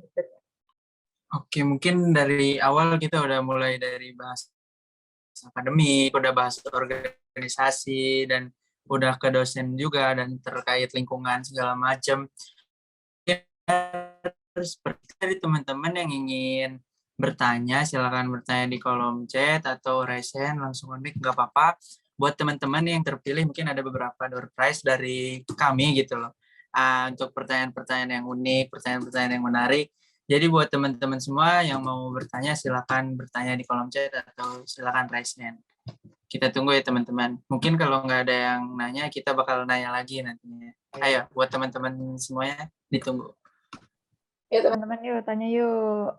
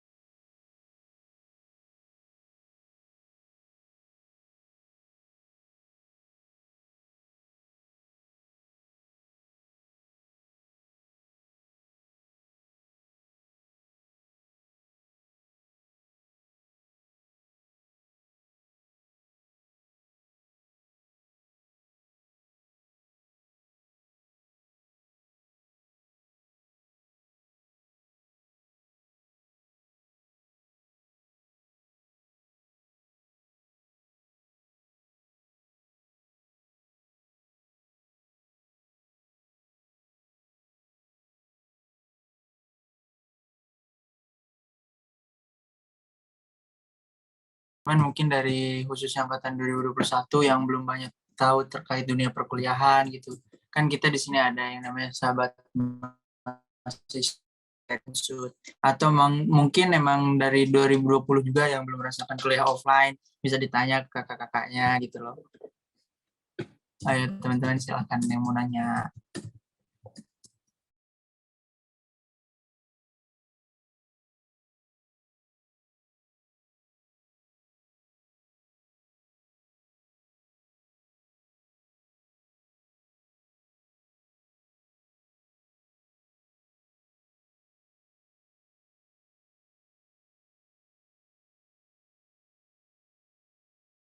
Oke, dari Mbak Firda ada reaction. Mbak Firda gimana Mbak Firda? Mau nanya? Silakan. Mau tanya nih, tapi sebelumnya mohon maaf ya, lagi nggak bisa on cam gitu. Mau tanya buat Mbak Safa sama Mas Amru nih, permasalahan pertemanan apa sih yang sering dihadapin gitu selama kuliah? Itu aja sih, terima kasih. Oke, dari Mbak Firna ya, permasalahan pertemanan apa gitu yang sering dialami mungkin dari Kak Amro sama Mbak Safa. Siapa dulu yang mau jawab, dari Kak Amro atau Mbak Safa dulu? Coba. Apa dulu kayaknya. Oke, Mbak Safa dulu. Silakan Mbak. Oke, buat permasalahan pertemanan ya. Kalau permasalahan pertemanan banyak ya, tapi yang banyak ditemuin itu masalah waktu ya. Apalagi kan kita punya temen nggak cuma di kuliah aja, tapi teman SMA, teman SMP pasti ada. Nah, mungkin masalahnya itu di waktu. Waktu karena kesibukan masing-masing dari mereka, itu dari kita sendiri juga. Mungkin kalau misalkan kita diajak main gitu, yang lain udah siap berangkat, tapi kita tahu-tahu, oh enggak deh aku sibuk gitu, aku ada acara ini gitu. Itu sering banget dialamin. Kadang juga kalau misalkan kita yang ngajak mereka gitu, mereka bilang sibuk, kadang kesel juga ya kalau kita kita kita mau main tapi yang lain sibuk gitu, terus kitanya jadi nggak jadi main gitu. Tapi kita harus kembali hargain lagi mereka gitu, hargain kesibukan mereka masing-masing gitu. Apalagi kalau misalkan kita di posisi mereka yang lagi sibuk gitu. Misalkan aku sibuk nih, misalkan Dina, Rehan ngajak main aku gitu, tapi aku bilang aku gak mau, aku lagi sibuk gitu, tapi kalian malah bilang nggak asik, kamu sibuk terus gitu. Terus kan kalau dari aku sendiri juga ini ya, kayak ya pasti orang pas kamu sibuk aja aku nggak protes, nggak kenapa-napa, kok kamu nyalain aku gitu, nggak enak kan gitu ya. Makanya jangan suka nyalahin gitu, hargai aja kesibukan masing-masing gitu kan, nanti kan kita bisa ketemu lagi, main lagi di lain waktu gitu. Tapi kalau misalkan beda lagi, kalau misalkan si teman kita ini emang jarang banget ketemu, hampir bertahun-tahun nggak ketemu, terus mereka adanya hari itu. Coba kalau misalkan kita sibuk, coba kita ini apa itu sibuk banget atau enggak, apa itu acara penting banget apa enggak. Kalau misalkan nggak penting ya coba usahain buat ketemu mereka gitu. Itu. Ya, Oke, berarti dari Mbak Safa misal diajak main kesibukannya emang beda gitu ya? Ya kan siap Ya. tahu emang kesibukannya mereka emang benar-benar penting banget kan, nggak bisa ditinggalin. Oke, kalau dari Kak Amru gimana Kak Amru? Permasalahan pertemanan yang sering dihadapi oleh Kak Amru. Silakan Kak. Oke, terima kasih. Ya mungkin tidak jauh beda ya dengan Safa. Cuma kalau aku sendiri yang selain itu ya masalah waktu, mungkin kayak masalah perbedaan di prinsip sih. Hubungannya kayak misalnya lebih ke kayak prinsip mohon maaf ya kayak agama gitu. Mungkin ya ada yang satu agama aja berbeda pendapat. Contohnya ini kayak teman-teman ya, ini mohon maaf itu ada yang mengucapkan selamat Natal, nggak selamat Natal gitu kan. Intinya kembalinya kalau aku sendiri, kalau misalnya berbeda dengan hal seperti itu, menurut aku yang penting kembalinya ke menghargai gitu kan. Yang paling salah itu sebenarnya bukan masalah mengucapkan selamat Natal atau tidaknya gitu. Tapi kalau misalnya kita itu tidak tahu prinsipnya kita itu benar atau salahnya, itu cuma ikut-ikut aja gitu kan. Ya temennya tidak mengucapkan selamat Natal ya aku ngikut aja gitu kan. Temennya ngucapin ya aku ngikut aja, itu kurang benar gitu kan. Nah tapi kalau misalnya ada teman-teman yang misalnya ada hal seperti itu atau sejenis dengan itu, jangan memaksa, itu lebih salah lagi gitu kan. Karena memang itu kan sudah hubungannya dengan hak mereka. Jadi ya selain waktu itu sih gitu kan. Kadang-kadang ada perbedaan gitu kan, yang harus memang kita semua itu belajar lah gitu kan, bahwa kita itu banyak ras, banyak suku, banyak agama gitu kan, tapi kita harus saling menghormati ya kan, saling memberikan ruang gitu kan, saling toleransi dengan tidak memaksa ketika kita itu punya teman gitu yang berbeda pandangan dengan kita gitu, bukannya dengan prinsip gitu sih. Oke, gimana dari Firda, ada tanggapan lagi nggak Mbak? Halo Mbak Firda, Mbak Firda masih ada?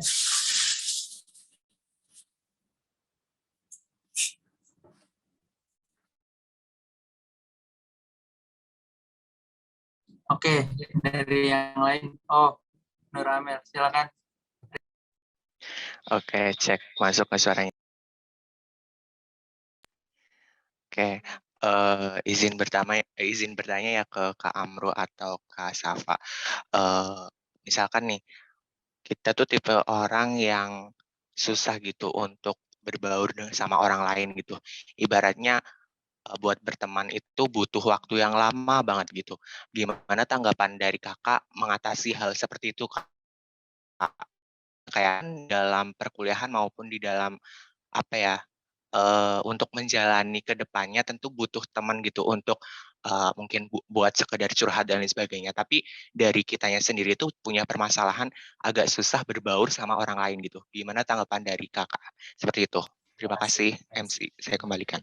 Oke, berarti kalau dari pertanyaan Mas Rian itu, misalkan kita orang yang kurang berbaur gitu loh, kita gimana? Karena emang kan kita butuh teman cerita atau apa yang udah kita bahas tadi gitu. Mungkin dari Mbak Saf, dari Kak Amru dulu deh. Dari Kak Amru gimana cara menghadapinya? Silakan Kak. Ini agak sulit sih sebenarnya karena memang hal yang paling sulit kan menurut aku itu faktor internal gitu. Kalau internal kan sangat kecil pengaruhnya dari faktor-faktor luar gitu kan. Jadi sebenarnya sih kalau menurut aku itu kalau misalnya kita seperti itu tuh kadang-kadang mungkin penyebabnya karena kita overthinking ke orang di luar kita gitu. Kayak aku sendiri mungkin ya pernah alami itulah, dapat omongan yang kurang enak dari dosen gitu kan, aku overthinking, akhirnya terlalu diambil hati sampai akhirnya beberapa semester ke depan itu pun bukan hanya 1 hari 2 hari gitu kan, tapi beberapa semester ke depan gitu kan itu berpengaruh ke akademik aku gitu, tidak mau maju dan seterusnya gitu. Tapi kita lihatlah hal positif dari kejadian itu gitu, bahwa butuh orang yang satu frekuensi gitu kan, tapi bukan berarti kita itu tidak salah gitu. Teman yang baik itu ya yang mengingatkan gitu kan gitu. Tapi kalau kita melihat teman-teman yang seperti kita, dekati aja gitu kan, karena mereka pun yang pendiam sendiri itu bukan berarti mereka itu apa ya tidak butuh sosial, tapi gaya sosialnya saja yang berbeda gitu kan. Ya, mulai dari mungkin tanya yang sederhana gitu kan, baik kita orangnya ya yang pendiam itu atau teman gitu, sebagai teman orang yang pendiam gitu, kita mulai dari hal-hal kecil itu, jangan serta-merta langsung tanya hal yang sangat kurang lah gitu kan, kayak misalnya langsung tanya ini jawabannya apa nih gitu kan, jangan seperti itu, tapi yang sangat-sangat sederhana gitu kan, mungkin dari kabarnya dulu gitu kan, rumahnya di mana gitu, sederhana gitu kan, hal-hal kecil. Nah itu nanti lama kelamaan itu kita akan mulai terbuka gitu kan dengan orang itu, ketika orang yang diajak bicara itu pendiam gitu kan, ataupun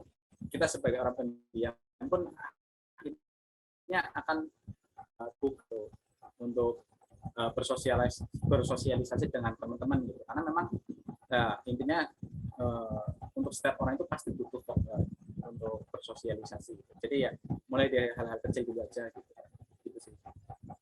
Oke, kalau dari Mbak Safa gimana Mbak? Silakan Mbak.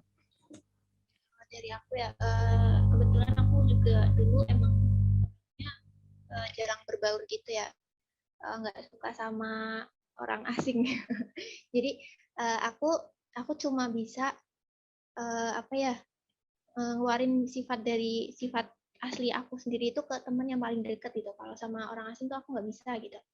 Nah, dulu aku sempat kurang berbaur itu, emang bener kata si Amru, emang ngerasa tuh kayak takutnya kita nanya ke orang ini nih, takutnya orang ini ngerasa nggak enak gitu, kita malah jadi kepikiran sendiri gitu. Nah, cara ngatasinnya gimana sih? Kalau aku sendiri itu aku berusaha keluar gitu dari zona nyaman aku gitu. Aku kan dulu kan nggak suka berbaur. Nah, aku coba untuk keluar gitu. Coba untuk berbaur sama yang lain. Aku coba tanya ke mereka. Coba tanya tentang bisa sama tentang materi gitu. Misalkan kita nggak deket, kita baru kenal, terus kita coba tanya, ini tugas ini nomor berapa aja ya gitu. Itu mungkin bisa nanti dari situ lama-kelamaan jadi kalian nggak takut lagi buat ngomong sama orang lain gitu. Jadi bisa enak gitu cara berbaurnya gitu. Oke, berarti intinya kita berani dulu gitu ya kayak Ya, entah itu berani. aja. Oke, keluar dari zona nyaman juga. Gimana dari Mas Rian? Ada tanggapan nggak Mas Rian? Cukup MC. Oke, terima kasih Mas. Ya. Oke, gimana Kak Bro? Boleh. Mungkin yang kurang, kadang-kadang kita kurang itu karena ini sih teman-teman kayak udah tahu gitu kan bahasan dari teman-teman, tapi karena udah tahu jadi nggak mau nimbrung gitu. Kalau aku sendiri sih prinsipnya, walaupun aku udah tahu, bahkan lebih tahu, pura-pura aja nggak tahu gitu kan, biar mencairkan suasana aja dulu gitu. Jadi ya kita terkadang gitu merendah untuk meroket gitu. Oke, itu buat pertanyaan dari masalah kita sebenarnya kurang bisa berbaur, mungkin kita harus lebih berani lagi sedikit lagi, karena emang sejatinya kan kita sebagai makhluk sosial, kita butuh satu sama lain gitu loh. Oke, gimana dari teman-teman? Ada yang mau bertanya lagi? Kalau ada yang mau bertanya, silakan raise hand atau boleh di kolom chat. Terima kasih. Ayo teman-teman. Ya.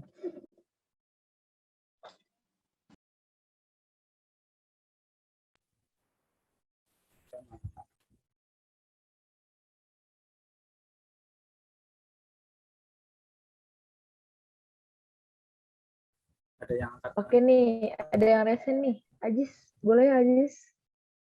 Silakan Ajis.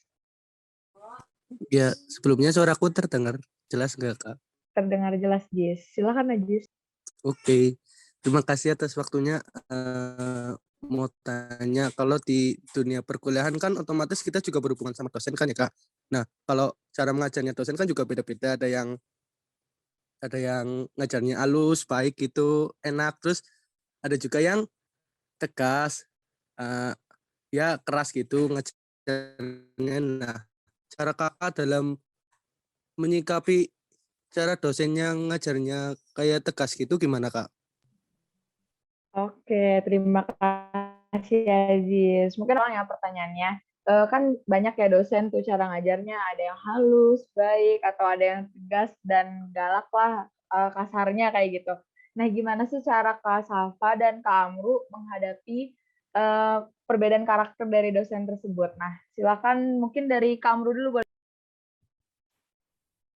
ya, mungkin nggak jauh beda sih dengan pengalaman itu gitu kan. Kata-kata yang sangat mengena gitu kan, bahkan sampai beberapa semester gitu. Tapi dari situ aku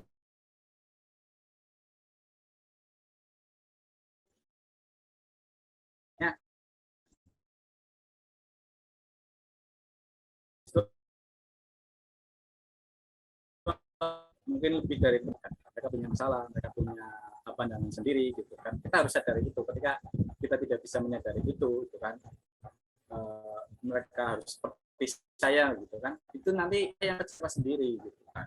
Harus disadari betul gitu kan. Nah, ketika udah menyadari hal tersebut gitu kan, akhirnya kita akan mulai bisa itu melihat celah gitu kan.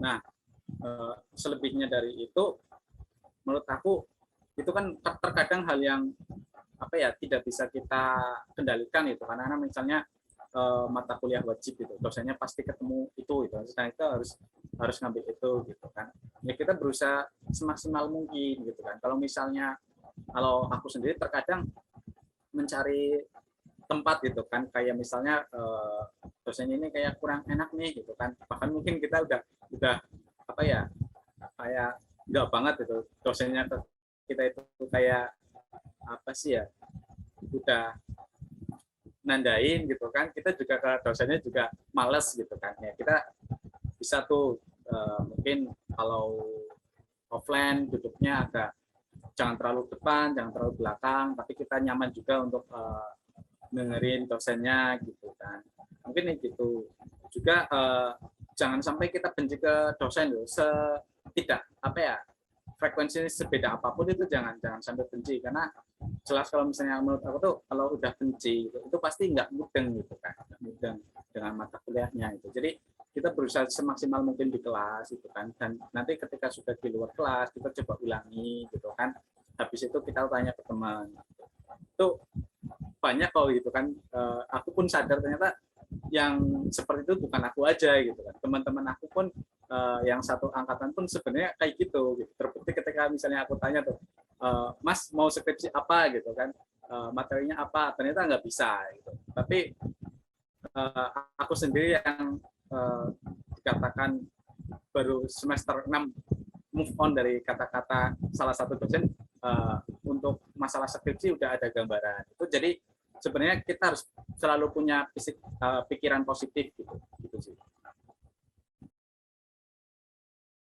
Oke, mungkin kalau dari kamu harus selalu berpikiran positif juga ya, apalagi kan juga dosen manusia kayak gitu ya Kak. Jadi saling ngertiin aja, penting kita udah berusaha semaksimal mungkin. Nah, mungkin kalau dari Kak Safa gimana nih Kak Safa? Mungkin silakan Kak Safa. Setuju sih sama yang Amru bilang. Coba lebih pahamin dulu karakter masing-masing dari dosen gitu. Nah, coba untuk jangan melakukan kesalahan yang dibenci sama dosen itu. Gitu. Coba untuk berbuat sebaik mungkin yang kalian bisa. Jadi nantinya si dosen itu juga nganggap kalian juga baik gitu, nggak suka marah-marah lagi gitu. Kalau misalkan kan kayak dosen gitu, dosen nggak suka kalau mahasiswanya tuh berangkat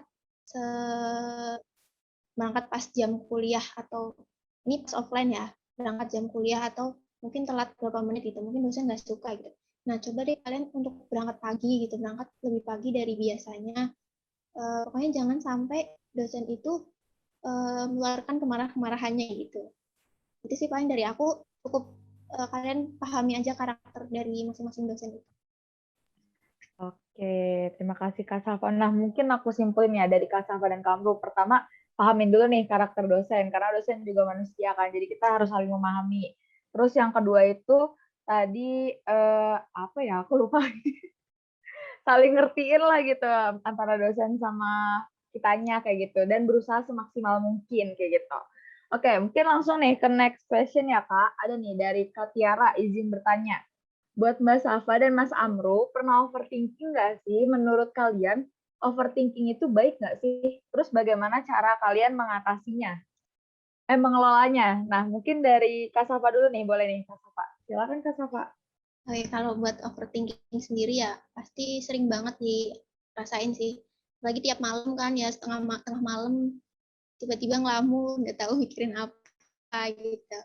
Nah kalau ditanya baik atau enggak, kalau menurut aku baik sih. Terus kita juga tahu kita itu baik nggak ya mengelolanya itu. Kalau dari aku sendiri, aku coba cari sayang buat pemikiran itu gitu. Cara yang baik buat menyelesaikan masalah itu. Tapi kalau misalnya tahu cara penyelesaiannya gimana, terus aku coba tanya ke teman-teman. Kadang aku malam bisa chat teman gitu tanya tentang pemikiran aku gitu. Terus kadang juga cari di Google sampai nonton YouTube gitu. Aku juga kadang ya gitu. Tapi kalau misalkan nggak nemu-nemu itu ya udah lebih baik tidur aja. Lupain gitu. Oke, mungkin dari Kak Safa, cara mengatasinya ya cerita ke teman atau mungkin tidur ya Kak, biar kita juga lupa gitu akan overthinking kita. Dari Kamru gimana nih Kamru? Oke, terima kasih. Overthinking ya. Mungkin kalau aku meninjau dari bahasanya sendiri gitu kan, takutnya salah gitu. Mungkin dari teman-teman itu kadang-kadang salah mempersepsikan antara overthinking sama suudon gitu kan, ya mirip-mirip gitu kan. Khususnya kalau suudon kan orang gitu kan. Mungkin kita overthinking ke orang gitu kan. Nah, kalau misalnya overthinking yang suudon itu dalam artian kita itu apa sih ya? Tapi tanpa dasar-dasar yang jelas gitu kan. Itu yang nggak baik gitu kan.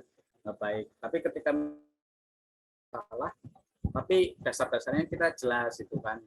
Misalnya kita punya bukti gitu kan bahwa kita itu sebenarnya bener loh gitu kan, dosennya salah gitu kan, itu nggak masalah gitu. Tapi jangan sampai kita menyalahkan gitu kan, menyalahkan dalam artian apa sih ya, dia sudah salah kita buat seolah-olah lebih salah lagi gitu. Tapi kita harus memperbaiki gitu kan, memperbaiki dosen itu gitu. Dia udah salah ya kita kurangilah gitu kan. Gitu kan. Kalau kata orang matematika, kalau dari minus ya dikurangi lah gitu kan, minusnya lebih kecil atau bahkan nol atau bisa lebih ke positif gitu kan, setidaknya gitu. Tapi kalau misalnya tidak bisa ya setidaknya ya tetap gitu, jangan sampai malah jadi lebih negatif lagi gitu kan. Jadi sebenarnya ya overthinking kalau masalah kayak itu jelek, tapi kalau punya dasar-dasar yang kuat nggak masalah buat aku sih, karena memang orang-orang yang besar nyeleneh gitu kan, mana ada kayak misalnya Albert Einstein tuh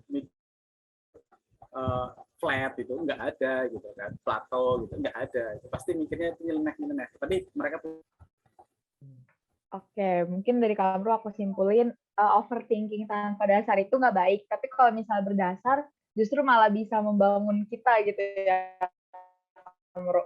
Oke, gimana Kak Tiara? Ada tanggapan ya?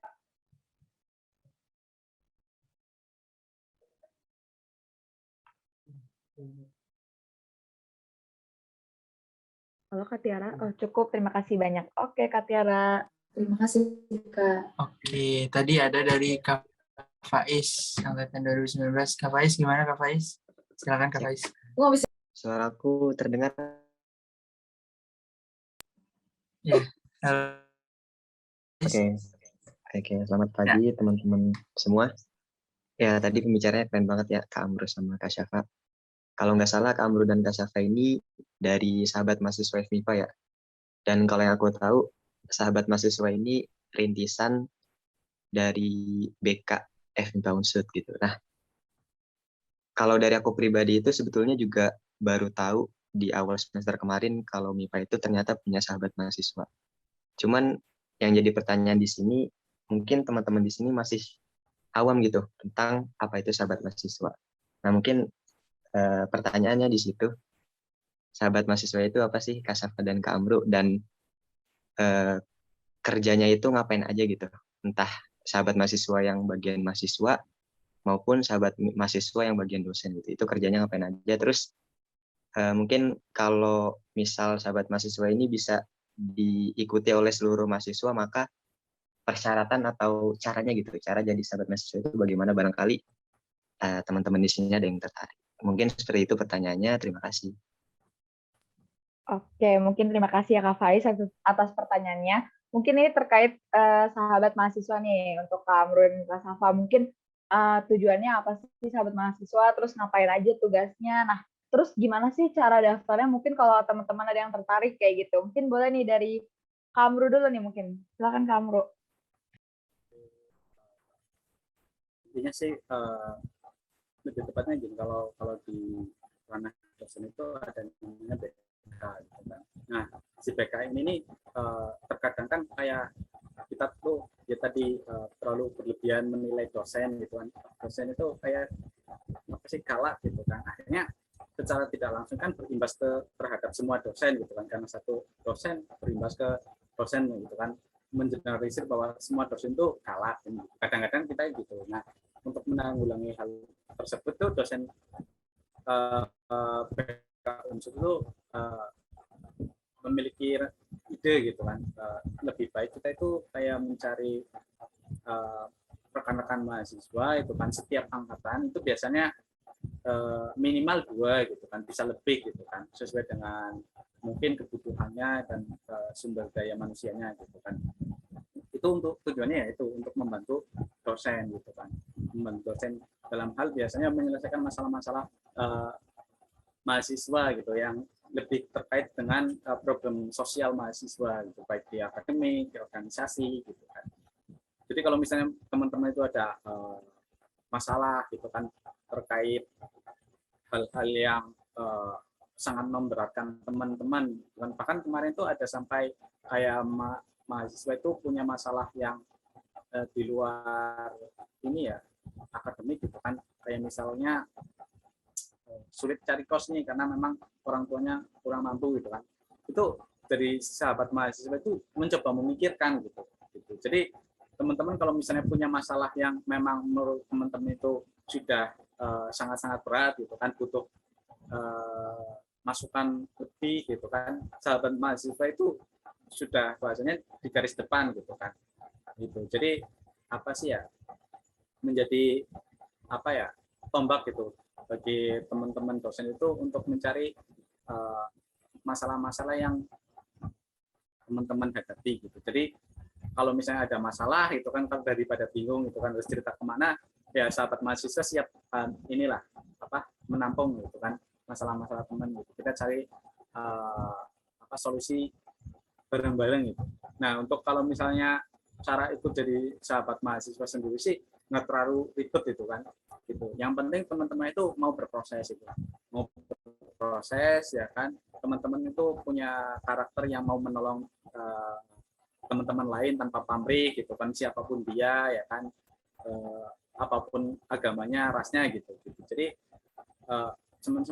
teman-teman siap menolong gitu, itu sudah cukup. Nanti kedepannya di apa sih, ketika sudah masuk nanti teman-teman dapat training kok gitu kan dari dosen BK, gimana supaya apa sih ya, menjadi konseling atau apa sih ya, penyelesaian masalah yang baik itu seperti apa sih?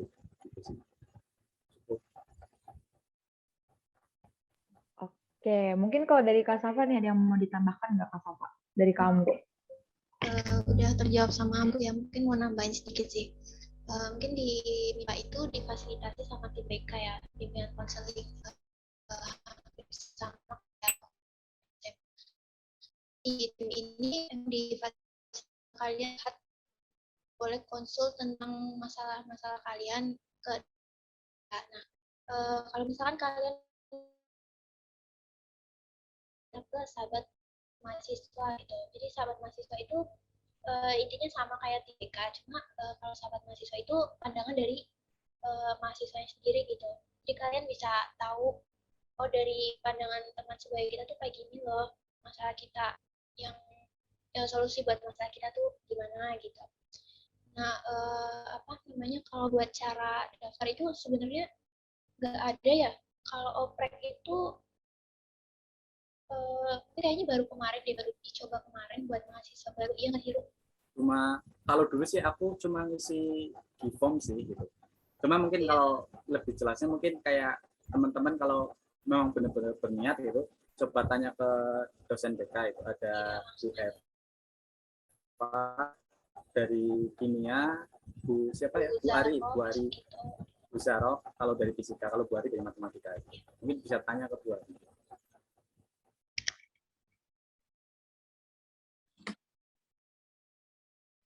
Oke, seperti itu buat dari pertanyaan dari Kak Faiz. Apakah terjawab Kak Faiz? Apa ingin menanggapi?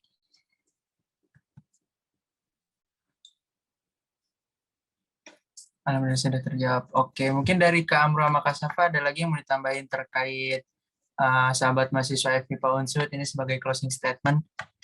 Ada lagi atau sudah cukup tadi terjawab di pertanyaan Kak Faiz? Atau kalau masih ada silahkan. Aku sedikit nambahin ya. Kalau misalkan kalian mau tahu lebih lanjut tentang sahabat mahasiswa atau PK itu kalian bisa cek IG. Kita ada Instagram namanya sahabat mahasiswa FMIPA. Nah, di situ ada siapa aja yang tergabung dalam sahabat mahasiswa. Terus ada juga yang tergabung dalam tim BK. Nah, di situ juga ada jadwal dan kontak dari dosen tersebut gitu. Jadi kalau misalkan kalian mau butuh teman cerita atau apa gitu, kalian bisa hubungin. Kebetulan dari matematika sendiri itu ada aku sendiri, terus ada Ambu, ada Rani, sama Firda di angkatan 2018. Terus di angkatan 2019 itu ada Sri Manis gitu. Coba kalian hubungin kita aja kalau misalkan butuh teman curhat atau gimana gitu. Gak usah takut atau nggak enak ya, kita menerima kok. Coba chat dulu aja, coba kenalan gitu sama kita. Ya, terima kasih. Oke. Mungkin dari Kamro ada mau ditambahin nggak, Kak? Nambahin sedikit ya. Jadi mungkin yang bisa saya sampaikan ya. Jadi silakan teman-teman ya cerita masalah teman-teman, bukan masalah cuma sosialnya aja gitu. Karena kalau saya sulit di akademik, mungkin di luar itu cuma sekedar mau kenal nggak masalah gitu kan. Mungkin bisa nanti teman-teman itu mintalah nomornya ke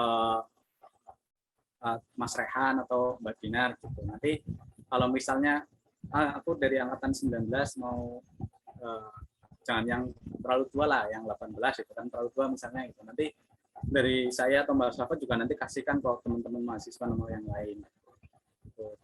Nah, mungkin kalau misalnya mau tanya-tanya tentang apa ya di luar yang akademik kayak misalnya, Mas, aku pengen apa sih ya ikut lomba gitu. Kalau menurut Mas itu, kalau misalnya aku bisa bantu ya aku bantu gitu. Kalau misalnya aku tidak bantu, aku tidak bisa bantu, nanti aku coba tanya ke Mbak Safa gitu. Jadi santai aja lah gitu, jangan terlalu formal gitu. Itu sih cukup. Oke, terima kasih nih Kak Safa dan Kak Amro. Mungkin aku simpulin ya. Jadi sahabat mahasiswa ini gunanya tuh untuk menampung curhatan-curhatan daripada mahasiswa dari sudut pandang yang seumuran gitu ya, kayak mahasiswa sama kayak gitu. Gimana sih cara ngatasinnya? Kalau kalian mungkin mau curhat, butuh didengerin, butuh masukan-masukan, boleh nih langsung menghubungi sahabat mahasiswa kayak gitu ya Kak. Dan untuk opreknya mungkin nanti bakal bisa nih ditanya ke tim BK FMIPA Unsur kayak gitu ya Kak. Nah, Benar. ya. Jangan lupa follow ini ya, Ya. IG Sahabat Mahasiswa FMIPA. Oke, mungkin bisa nih Kak langsung ditulis di kolom komentar nih Instagram Sahabat Mahasiswa, di follow ya guys. Wajib, mesti, kudu, harus. Oke. Nah, karena berhubung kita juga udah banyak ya perbincangan kita nih dari tadi ngalor ngidulnya udah banyak banget, mulai dari akademik, terus mulai dari permasalahan pertemanan, terus organisasi, terus sampai terakhir tadi nih yang perihal tentang sahabat mahasiswa. Itu banyak banget yang bisa kita simpulin kayak gitu. Mungkin emang problematika mahasiswa atau yang kita alami itu banyak banget, dan pasti di balik masalah-masalah yang kita hadapi itu ada solusi yang bisa kita lakukan kayak gitu. Pasti itu setiap masalah ada solusinya kayak gitu ya Kak. Nah, mungkin dari Kak Rehan nih, gimana nih Kak Rehan? Oke, mungkin secara garis besar udah disimpulin ya Maka Dinar, dan buat teman-teman juga jangan lupa follow akun Instagram dari Sahabat Mahasiswa FMIPA Unsur. Nah, dari aku sendiri sebagai tanda terima kasih buat Kak Safa sama Kak Amru ada sedikit kenang-kenangan berupa sertifikat gitu. Mungkin dari Kak Fitri bisa ditampilkan Kak Fitri.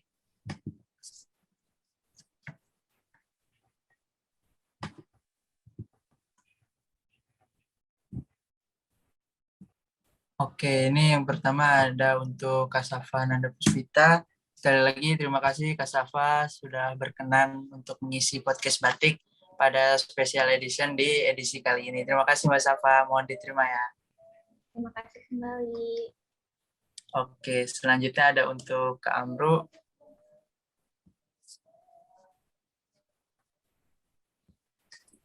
Oke, ini untuk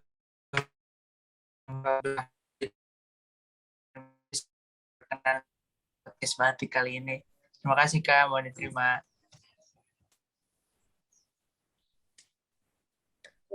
Oke, untuk sebelum kita tutup, mungkin teman-teman yang bisa on cam, boleh on cam dulu. Kita bisa ada sesi dokumentasi. Oke, buat teman-teman yang bisa on cam, silahkan on cam. Kita tunggu 1 menit dari sekarang. Terima kasih.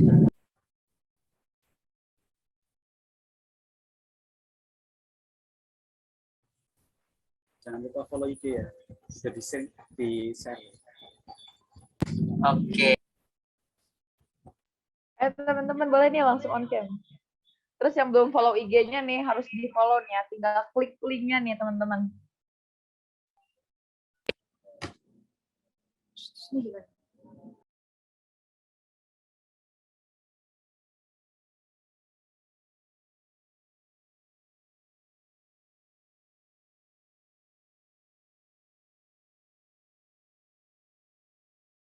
Teman-teman on cam yuk.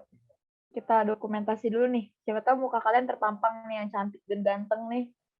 Bisa langsung kelihatan nih.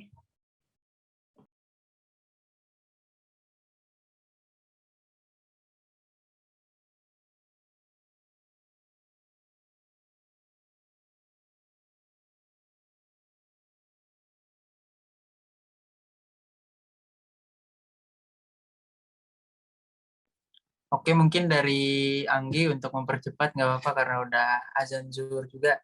Silakan Anggi, bisa diaba-abain Anggi, atau dari aku. Oke. Jadi kamu boleh, Han. Oke, buat teman-teman 1, 2, 3. 1, 2, 3.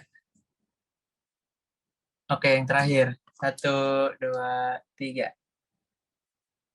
Oke, terima kasih buat teman-teman semua. Sekali lagi, terima kasih buat Kak Amro dan Kak Safa untuk berkenan hadir di podcast batik kali ini, mewakili dari Sahabat Mahasiswa FMIPA Unsur. Sekali lagi, buat teman-teman semua yang ingin mengetahui lebih banyak apa itu sahabat mahasiswa FMIPA Unsur atau langsung ingin bercerita kepada mereka, silakan bisa di-follow juga akun Instagram dari Sahabat Mahasiswa. Oke, sekali lagi saya ingin berterima kasih kepada teman-teman semua. Dan saya mewakili Dinar dan seluruh pengurus, memohon maaf apabila ada salah kata dan perbuatan. Wabillahi taufiq wal hidayah. Wassalamualaikum warahmatullahi wabarakatuh. Terima kasih. Terima kasih semuanya. Terima kasih semuanya. Terima kasih Kak Amru, Kak Safa, Bu Lele. Sama. Yuk.